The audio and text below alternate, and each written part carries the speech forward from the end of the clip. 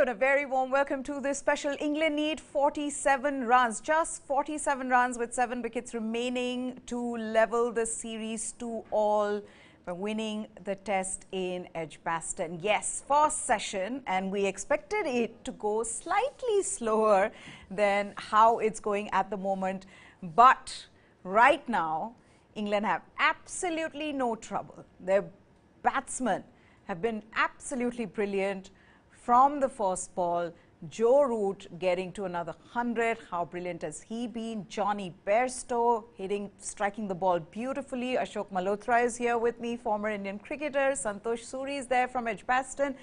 We sent him to Edgbaston in the hope that he can at least control the weather gods there. Hasn't been able to do that. Hasn't found a cloud anywhere in that city to get us some rain. Nothing is working in India's favour. Nikhil Narayan's here with me. No numbers right now in favour of India. That's just how this test match has gone. India, Ashok sir, completely shaken and stunned by this performance. This is a huge, huge win, as in when it happens, and you know, this is going to be huge for the English team. Absolutely. I mean, they're creating history. None of us thought 378 was a huge task, but the way how easily they get into it, you know, that is the most surprising part. You said the clouds are scarce. I think they can getting wickets. They're not getting wickets. Even wickets are very, very scarce. So the fact is they batted beautifully. They played brilliantly. I would say from second inning onwards, it is England. First they bowled out India for 245. And then the way the openers batted. For me, I think the key has been the openers, the kind of start they gave. If you want to chase a huge target of 378, then you have to get off to a great start. And that is what it is. They were trying to safeguard their lives, their careers.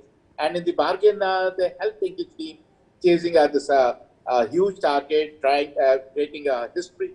And not to forget the way Joe Root is batting. 1100. This is going his 1200. Can you imagine? He was so many 10 centuries behind Virat Kohli. Now he's ahead of Virat Kohli. You know, Virat Kohli hasn't scored even 100 in the last 2 years or 3 years, and he scored 12. So you can imagine the kind of form he's in.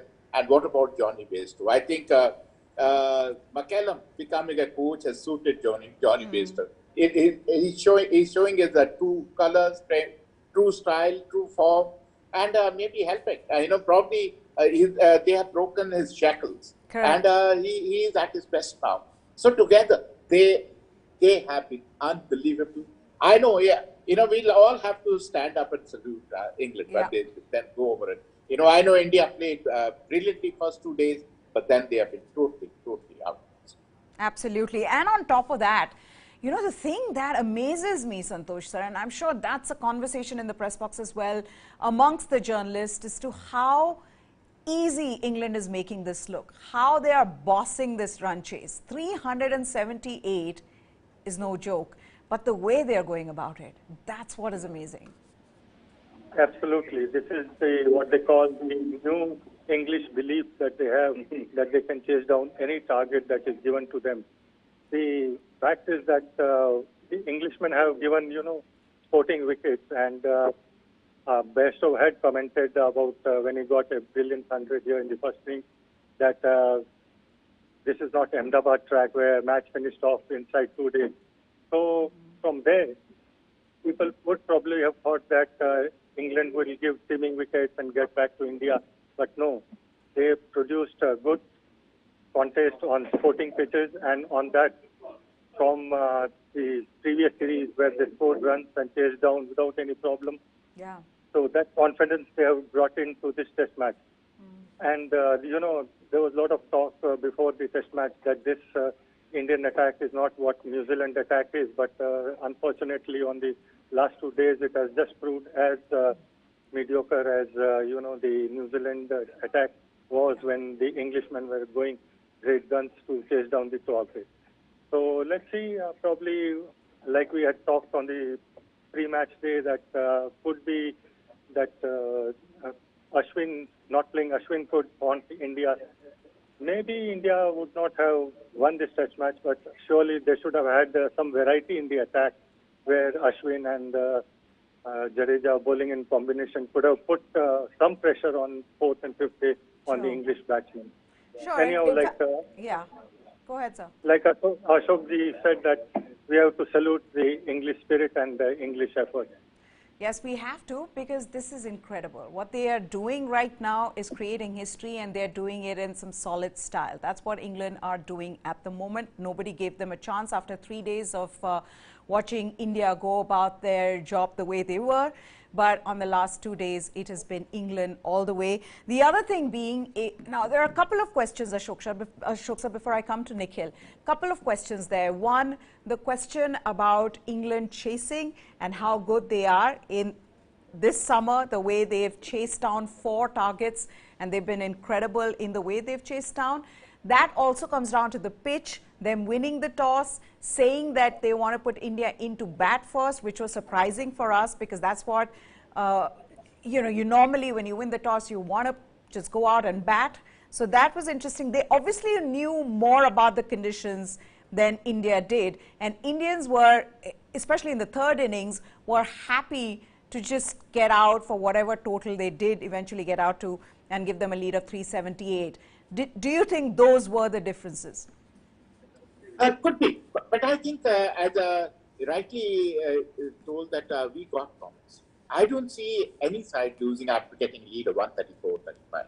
You don't lose a game. You take the game away from them. And, if you get out for 245, even first inning we got out of jail with thanks to Rishabh Pant and Jadeja. But second inning, also our batters struggled. Most of our batters struggled. If you are depending on a wicketkeeper batsman to bail you out every time, then you ask me trouble. What are the top 5 doing then? For me, that is a $1 million question. It is not the bowling which has let us down. It is our batting which has let us down. And game after game. We always, why we are winning outside India till now, because we have got a good bowling attack. We always had batting. It was the bowling which was lacking. But you don't let down your bowling so often. But then I would say, that, as you very rightly said, probably they judged the wicket more correctly than we all imagined. Because we all were shocked when they won the toss and decided to field. Because it was not a great top wicket. It was not a wicket where ball was going to dart around. It did dart around a bit when the ball was... But otherwise, it was a good batting track. But what is the chasing? Still, I can't... I have to pinch myself. 378 and... I get into target so easily. It's like a walk in the park for them. It is like a routine for them. So can they do it again? Is the English cricket turning around like they did in one-day cricket? And, the way they won the World Cup. Are they going to do that? I would not know. But early days, but whatever they're doing it has been amazing to say the least.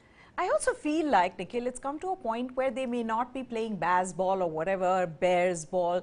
What they're doing is that they're going with a positive intent. They are telling everybody, go out there, play fearlessly. Your position in the team is safe. Even if you get out playing a reckless shot, at the end of the day, we want you to show that approach, which is what we saw in Ben Stokes' approach as well. A lot of people might find that, careless. But that's the way they want to go forward. They feel they have more chances of winning test matches with this kind of style of play. And that's what they are doing. That's what they've done throughout the summer. And I know you and I also made fun of this whole Bazball new approach theory. But at the end of the day, look at where we are. England chasing down 378 and creating history in the most incredulous way. Absolutely. It's amazing what they have achieved in the last 4 test matches. Bazball, baseball, whatever you want to call it, it is positive intent. And it's a reaction to what happened in English cricket, Meha, in the last year and a half, when they only won one of the last 17 tests, the whole turmoil, Joe Root resigned from captaincy, the management was changed. They needed to change that orthodox way, they had adopted in test cricket, because the results were not coming. They were thrashed in the Ashes, then the West Indies series they lost. And this appointing Rob Key, out of the box appointment, then Ben Stokes as captain, then Brendan McCullum as coach, someone who does not have great international experience in coaching. Therefore, this was a radical approach adopted by England. They wanted to, as Ashok sir pointed out, they wanted to take that test cricket, adopt the same approach which they did in limited overs cricket, starting from the exit in the 2015 World Cup in Australia, and that resulted in the historic win at home in 2019. So this is what they have decided to do with their test cricket.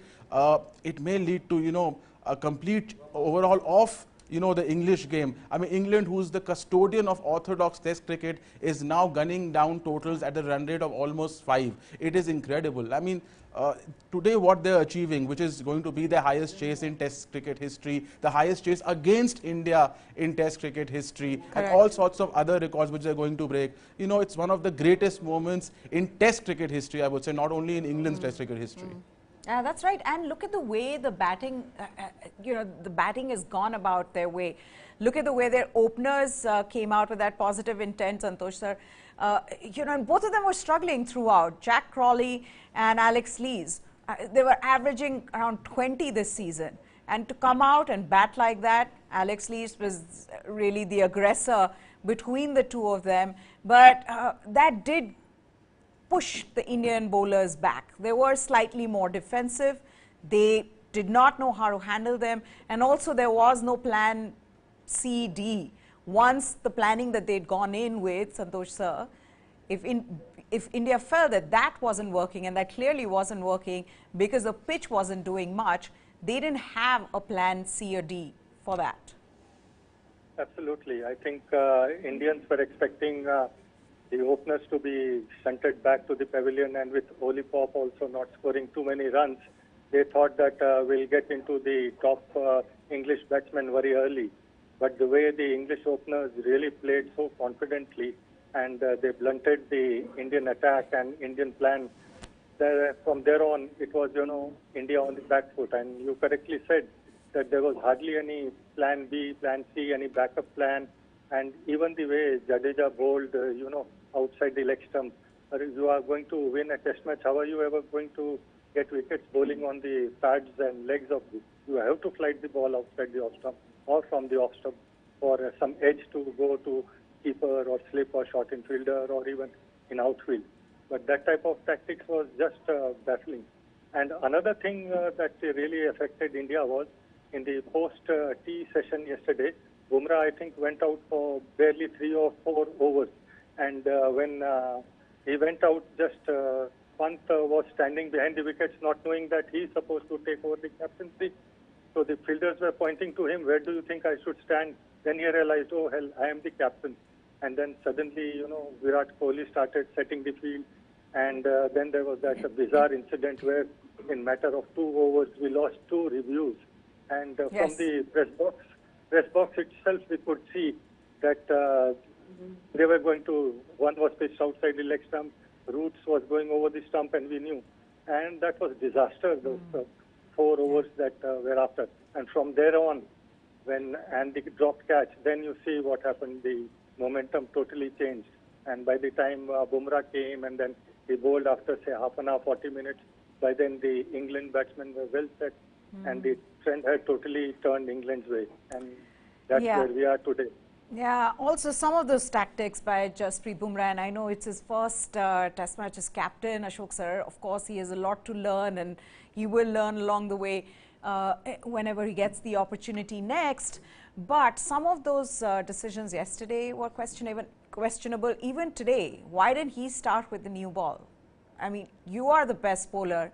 England need 119 for win, and who takes the first over? Mohammad Siraj. Absolutely, Meha. We were totally in disarray. We didn't know what to do. And I wonder sometimes, Santosh can answer it better. Is the honeymoon period of Rahul Dravid over?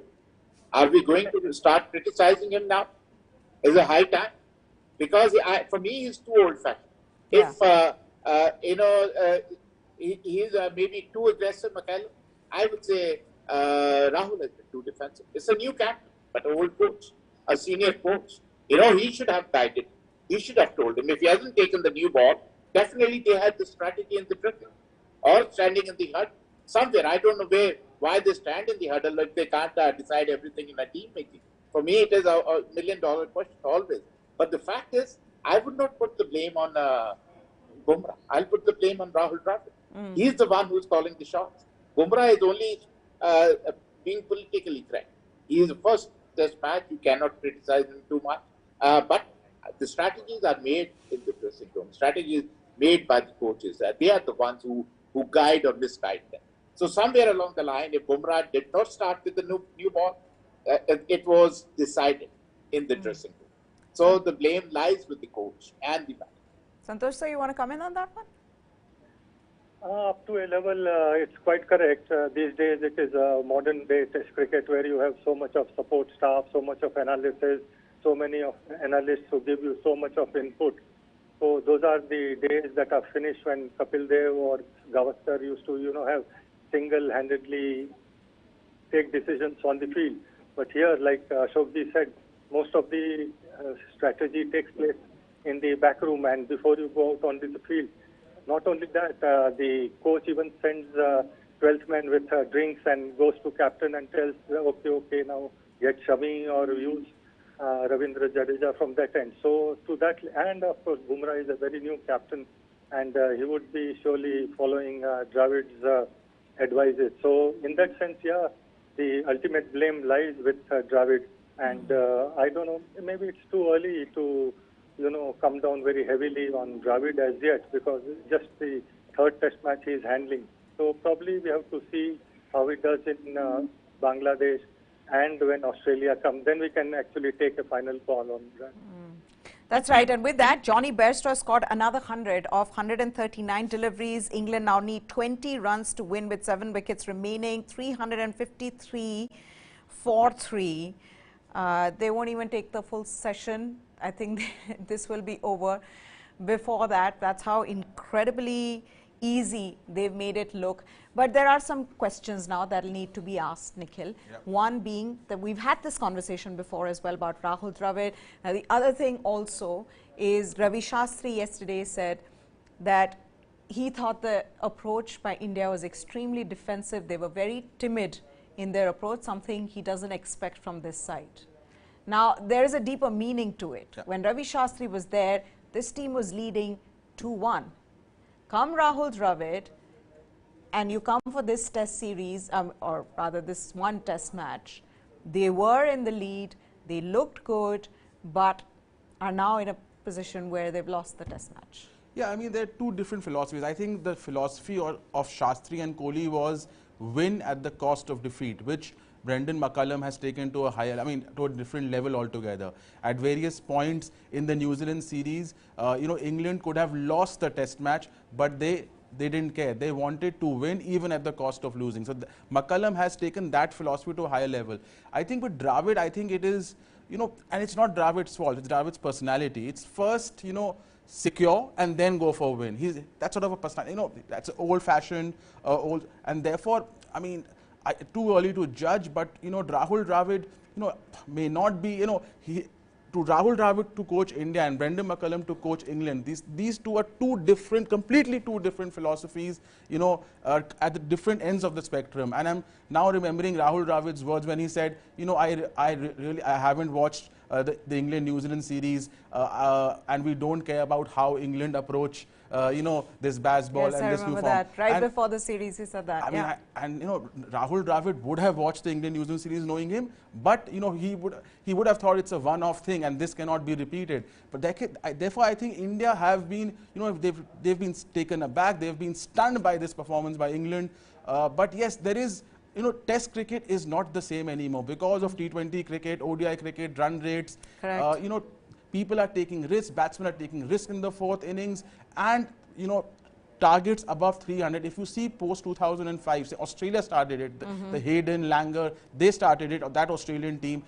Targets above 300 are being chased more regularly. West Indies did it recently, South Africa has done it.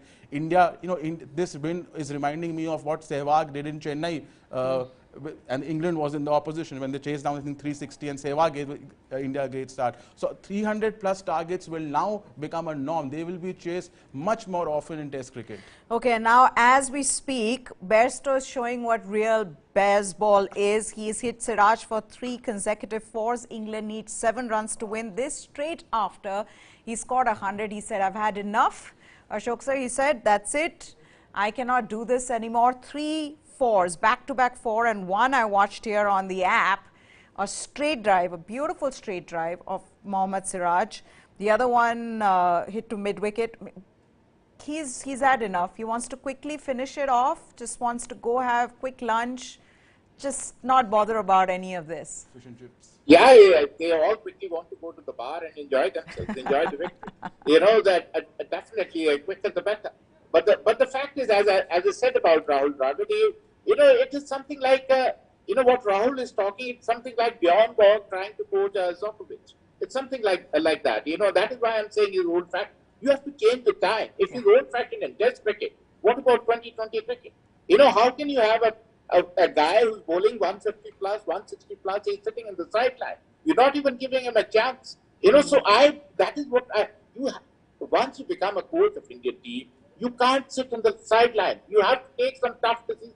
Like a tough decision will be whether you want to have a Virat Kohli at number 3 or not, or you want him to open the innings. Yeah, the tough decision will be whether you want to play Umran Malik or not, because he's bowling 157 in India, he'll be bowling 160 plus in Australia. And how can the guy who can push the guys on the back foot, you are just making him bowl quicker to everybody in the nets, and he might break down in the net before he gets on the real thing. You know, that is what I'm saying. You have to really has to be more aggressive, more positive, with positive intent, what McCallum has done for England. I mean, England was living in the Stone Age. He's brought them in the modern age. So that is, and whereas Dravid is going the other way around. We were in the modern age, we're going back into the Stone Age. So that is where the problem is, and the honeymoon period, believe you me, is over for Rahul Dravid. Well said, sir. Well said. The honeymoon period is well and truly over, and I feel now the questions will be asked. As much as we all love Rahul Dravid for the player that he was, the personality he is, you know, the coach that he is for this side, for India A under-19 team, how he's coached them, being part of NCA, all of that aside, when you are with, yes. Meha, coaching is a different ballgame. Yeah. Coaching an under-19 guy is a different ballgame. Coaching an international cricketer, where you're not going to coach them, you're going to manage them. Okay. So you're not managing the side well. Okay, I'll let you carry on, but England have won by 7 wickets, just letting everybody know. In case there were any doubts, they have won. And this has been an easy win. I think they would have chased down 450. They would have chased down 800 runs by now. Santosh sir, 800 is what should have been scored. They could have chased down anything here. Yeah, this actually, the conditions also dictate the type of match that you play. You will be all remembering in 2018, the Ahmedabad series was, in 2021 I think, Yeah, the right. Ahmedabad series was, you know, finished in under 2 days. 2 days, And yeah. I don't think the total of the whole test match was more than 800 runs. And with Akshar Patel nearly unplayable with that pink ball. So it will be a challenge next time when England come to India, and on how they face on spinning tracks where the ball keeps low, jumps up, and all those problems that they have batsmen. In that condition, they'll be really tested, and their Bazball cricket will be tested in real sense. Here, of course, they are at home, they know their strengths, and they have prepared the pitch accordingly. They did not bother whether they are, we should bat first, and they went and decided to chase whatever target India will post on the 4th innings. So that is the whole confidence concept in their new approach. And Indians will be thinking, of course, let them come to India. We'll show them how we have to deal with them. The other thing is that this was something that Ashwin said, I remember, and that created a bit of a buzz after that series where I think the Western media, English media was talking about how that pitch was not a good enough pitch. And Ashwin said, who's the one who decides? Why isn't a spinning track a good enough track? I remember there was a whole, whole debate that went on for a while. Well, to be honest, they've given you a very sporting wicket here in Edgbaston, and England have just shown what they can do now. And they've also now put questions for other teams, saying, if we can do it, do you want to dare to do this like us? That's what they've done. But this is incredible. For all of you who are just joining it, England have created history, chasing down 378 for 3 and winning this test match by 7 wickets. This after 200s from Joe Root and Jonny Bairstow. Jonny Bairstow has been unstoppable, which means now basically that he's already got 600s and has equaled the record. I think Santosh sir will know. Has he equaled the record of Joe Root last season? Yeah, that's true. They said that he has equaled his record, and he has been in tremendous form, and he is one of the main personalities that newfound England team have been able to achieve so much. This is their 4th successive win on home, and they have 3 more to go against South Africa. So beware South Africa when you come to England and face these guys here over the next month or so. Okay, but now what this also does, Nikhil and Ashok sir, is that this gets us to ask questions. You know, when Indian team is winning, none of those questions are being asked because you feel like, okay, everything's going good. When you're not winning is when you need to ask these questions, and these are right questions. Questions about Shreyas Iyer and him not playing the short ball well. You need that if you're going in any of the SENA countries. Yep. The other question is the future of Shubman Gill. Where do you see him batting? Let's start with Ashok sir, then I'll come to Nikhil as well. Ashok sir, 2 questions for you. Let's start with Shreyas Iyer first. See, Shreyas Iyer will have to work on. But I think in modern day cricket, he's probably the first one I've seen who's struggling on the short ball. You know, during our time, most of us were struggling on, against the short ball. But now the modern day cricket, the kind of green top wickets we get in domestic cricket, most of them seem to be very, very comfortable. He's the odd man out, so he has to work on it. If he wants to play test cricket, he's a phenomenal player, he's a very talented guy. But if you're found out, word spreads around very fast. Believe you me, now he'll get the short ball even in domestic cricket if he comes to play domestic cricket. So, you know, that is going to happen. And when you talk about Shubman Gill, I don't know how much longer rope you want to give to Shubman Gill. I understand he's very talented, but the way is the talent, except for the 90 in Australia, he has not scored runs, not even in India. Forget about abroad. So that is where, and the moving ball, he seems to be sitting down. The ball which comes back in, he seems to be struggling because he plants his foot on the forward, and then from there he plays everywhere. So he doesn't play off the back foot. So somewhere along the line, if you want to be a good player in international cricket, you have to move both your feet. You can't be one front foot player always. So I think a lot of work is still work in progress. He's not a finished product. And if I would be the selector or manager, probably I'll give him a break and try. We will be a better side once Rahul and Rahul and Rohit come back because they'll give us a phenomenal start. But then there is a question mark over Virat Kohli, huge question mark. Jitendra Pujara and then Hanuma Vyas. I really don't know how you're going to handle these. So you got to look for somebody new, somebody who's more talented, more aggressive, especially at number. How do you handle lack of form of Virat Kohli, gentlemen? That is the next big question. What do you do with it? Santosh, Nikhil, let's find out from Nikhil. I mean, the selectors will have to have a call with him because, you know, India's next test series is a few months away now. And he cannot bat like this. You cannot have an average batting at number 4 in the mid-20s. No international century, you know, for almost 2.5 years, almost 3 years now. You're putting pressure on the middle order. India was winning test matches abroad in SENA because of Rohit, Pant and Jadeja. The big three, and Rahul played a support act with the bat. 3, 4 and 5, which was the big three, Pujara, Rahane and Kohli, were failing constantly. The bowlers and these three batsmen were keeping us afloat and giving us the results. But it started to now hurt us after the South Africa series. We lost to a South African team in South Africa, which is perhaps the worst in Test history since they came after the apartheid was lifted. Now we should have won this Test match. A Test match we dominated first couple of days. We have lost this Test match, and the series is drawn level. So now the batting is hurting us, and the selectors need to have a serious discussion with Virat Kohli. Also, we need Test cricket is changing.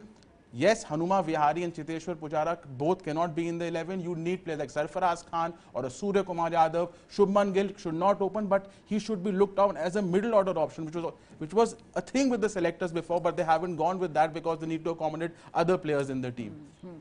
The other thing, Santosh sir, and you can tell us more on that, is yes, England went and England beat New Zealand in the way they did, in the fashion that they did.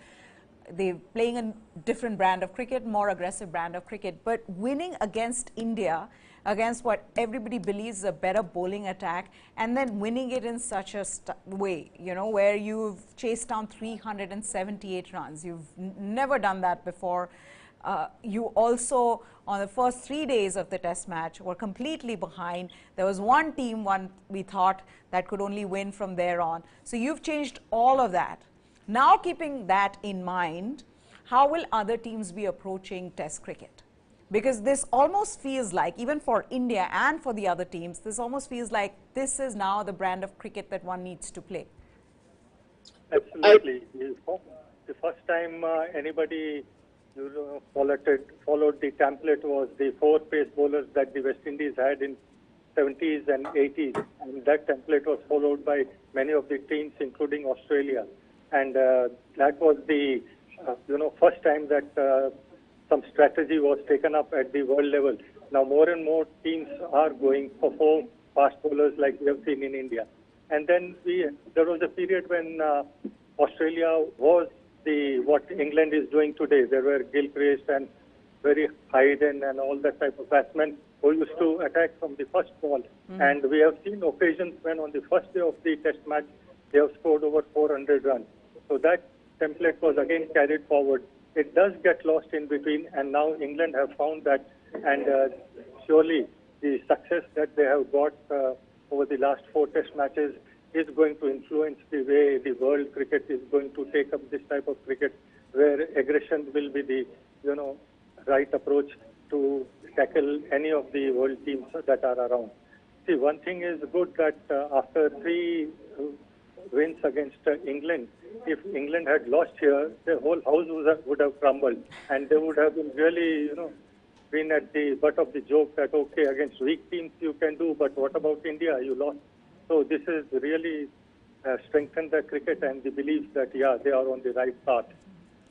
This is positive brand of cricket. We've been talking about it. Bazball, almost to the point that it's gotten irritating, Ashok sir, but nevertheless, this is the kind of cricket that's working for England. My question is then, are you ready, as Santosh sir was suggesting, for the negative bit of it, which comes along with this?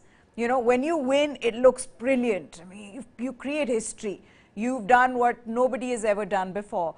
But there is every possibility at times when you're trying to be that aggressive that you just, get thrashed by weaker teams. See, Meher, it is you live with the sport, you die with the sport. It's something like that. But the fact is, for me, what McCallum has done is it's something like what Sri Lanka did when Sanath Jayasuriya followed with her now open date. So it is turning a corner. You might see this brand of cricket. It will keep not in Test cricket alive. It will keep Test cricket at par with the other formats of the game. So that is going to happen because and why I would expect even somebody like Livingston to be part of this English team. Because he's the guy who can take the game away. If I would be a coach, I would take him in the side. So definitely and so why don't we go for people like Sanju Samson batting at number 3, or maybe Surya Kumar Yadav batting at 3, and take the fight to the opposition. When you got two solid openers, Rahul and Rohit, then have somebody in number 3 who can take the fight with the opportunity. Especially when your number 4 is definitely out of sorts. और अगर मैं हिंदी में कहूँ कि वो अब विराट कोहली अब मारने वाले थप्पड़ की बजाय दिखाने वाला थप्पड़ ज़्यादा हो गया है. वो मारने वाला थप्पड़ दिखाई नहीं दे रहा. So I think that somewhere along the line you have to take your call on Virat Kohli. How long you can carry? How can you carry his tantrums? How can you carry his aggression for no rhyme or reason? He had the aggression has to be shown in the with his batting. So somebody, I don't know whether it's going to be Rahul Dravid or a chairman selection committee, I would not know, but somebody has to go and put some sense in his mind. I know he's very upset with being removed as a captain, but that is long gone. Now concentrate on batting. So somebody has to go and talk to him, maybe somebody like Ravi Shastri. Absolutely. I mean, at this point, nothing seems to be working for Virat Kohli. Even him chatting up with Jonny Bairstow is not working, because you just poke Bairstow and he ends up scoring 100, not 1 but 200s. And yeah, at the end of it all, a historic win for England. That's what we've just witnessed. What we've also witnessed is that this brand of cricket is working, and it's working beautifully for England. Even if it didn't work for the first 3 days for them, they've come back and they've shown us that positive intent always works. Nikhil, the other thing also being now the question of Ravichandran Ashwin with Jadeja. You know, we've talked about it even before. We'll just touch upon it before we move on as well. Ravindra Jadeja did what he could, played beautifully for India in this test match, but we missed Ashwin and how. Absolutely, and we, going forward, I think India would have learned, from this mistake, hopefully, and we have to go back to the strategy of playing our best bowlers. And Ashwin is a part of your best 5. If you're playing 5 bowlers, Ashwin, Jadeja, 3 fast bowlers, anywhere in the world, even in New Zealand, unless you have 4 absolutely outstanding quicks. For me, Shardul Thakur, whatever he has done is not an outstanding quick. He has limited ability and he maximizes that. Not playing Ashwin again, at least he would have delayed the inevitable. At least, I'm saying. His record against left-handers, there's so many stats which we've discussed again and again. A lot of left-handers in that is side. Incredible, and a lot of left-handers starting from Alex Lees. I mean, we missed a trick. Hopefully it never happens again. Ashwin plays in every team. This is a thought. Sri Lanka would have never dropped Mutaiya Muralidharan even in Australia, where he had a terrible record. Australia would never drop Shane Warne in India. He had a terrible record in India. Why are we dropping R. Ashwin in England when his record in Sena has improved since 2018? Good point to end this show on, but we've got to doff our hat to England. They have been brilliant. I mean, there are a lot of questions around India and what they could have done differently, but what England did was phenomenal. So here's, just an appreciation message for England as to how wonderful they were, and led by Ben Stokes, of course, but led by Jonny Bairstow and Joe Root's hundreds. Absolutely brilliant, just showing India how it's done in those conditions in England. Thank you so much, Ashok Malhotra, Santosh Suri as well, and Nikhil Narayan. Santosh sir, are you coming back anytime soon? No, I'll be covering the white ball series also. Okay. Okay, so we'll look forward to having you during the series. One interesting thing, if I can say, yes, is that the series that is played between England and India in England is known as the Pataudi Trophy, and that has been retained by England. And by the way, the series played between England and India in India is known as the Mello Trophy, which is with India, by the way. So there is confusion below. So you can take whichever trophy you want right now. हमारे पास हमारी वाली है, उनके पास उनकी वाली है. चलिए, इसी पे छोड़ते हैं. But India came so close, and I think that's the little regret that they would have. They would be ruining that missed opportunity. They came so close to winning this series and create history. But thank you so much, gentlemen. That's it then on this special. News 9 Sports is what you need to subscribe to get the latest from the world of sports, from cricket, from athletics, tennis, Wimbledon. We get you all the updates from that. So, keep logging in to our YouTube channel, on Facebook as well. That's it then from us. Goodbye. Thanks for watching.